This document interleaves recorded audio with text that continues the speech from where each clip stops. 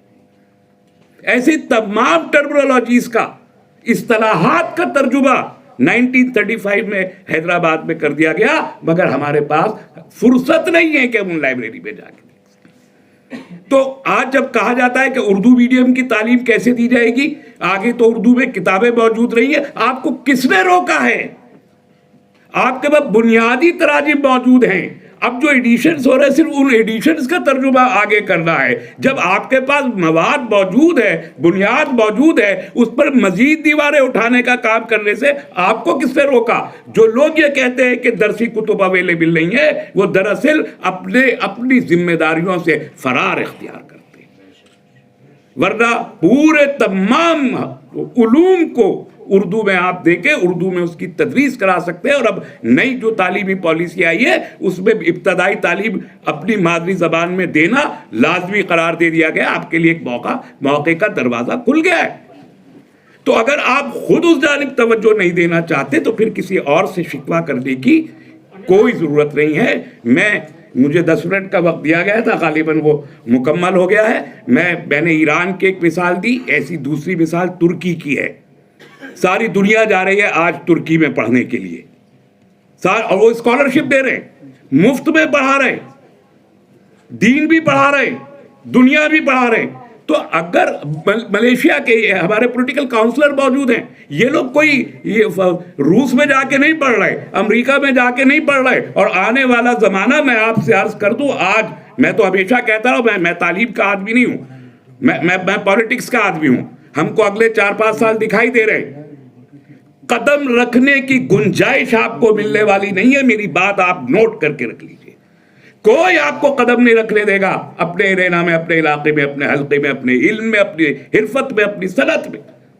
Marginalise کر کے حاشیے پہ کھڑے کر دیے جانے والے ہیں آپ، تیری بربادی کے چرچے آسمانوں میں ہیں، اور آپ کے پاس اس کے بعد کوئی چارہ نہیں ہے کہ آپ کے پاس اپنے جو ریسورسز اویلیبل ہیں، انہی اویلیبل ریسورسز کے ذریعے آپ اپنے آپ کو ڈیولپ کر کے کھڑا کریں، اور وہ اتنے وافر ہیں کہ آپ سب کچھ نہ صرف یہ کہ خود کر سکتے ہیں، بلکہ وہ ساری دنیا، وہ ساری مملکتیں، وہ ساری اقوام، وہ سارے طبقات جو آج آپ کو ذلت اور حقارت کی نظر سے دیکھ کے آپ کو کمزور، مجبور اور بے بس سمجھنا چاہتے ہیں، اگر آپ نے اپنی حدود میں آ کے اگر وہاں سے پڑھنا شروع کیا جو آپ کی بنیادی تعلیم کے عناصر ہیں، تو آپ یقین رکھیے کہ وہ سب کے سب خود ذلیل ہو کے آپ کے رہینے منت ہو کے رہ جائیں گے۔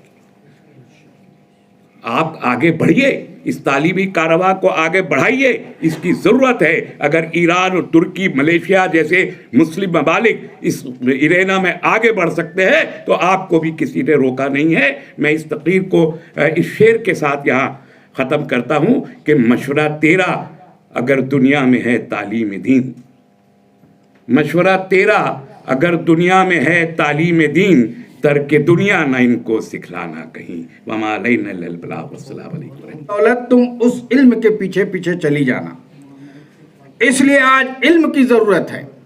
آج ہمیں تعلیم کے میدان میں یہ کہنے سے کام نہیں بنے گا کہ ہم بہت پیچھے ہیں، ہم 70 سال میں پیچھے ہیں، لیکن کون روکا ہے آپ کو؟ ابھی ڈاکٹر تسلیم رحمانی صاحب نے یہ کہا کہ کسی نے روکا نہیں آپ کو، سارے مواد ہیں ہمارے پاس، سب کچھ ہے، سارا ذخیرہ ہے، لیکن ہم آپ اس سے محروم ہیں۔ کیوں ہیں؟ یہ ہماری کوتاہی ہے۔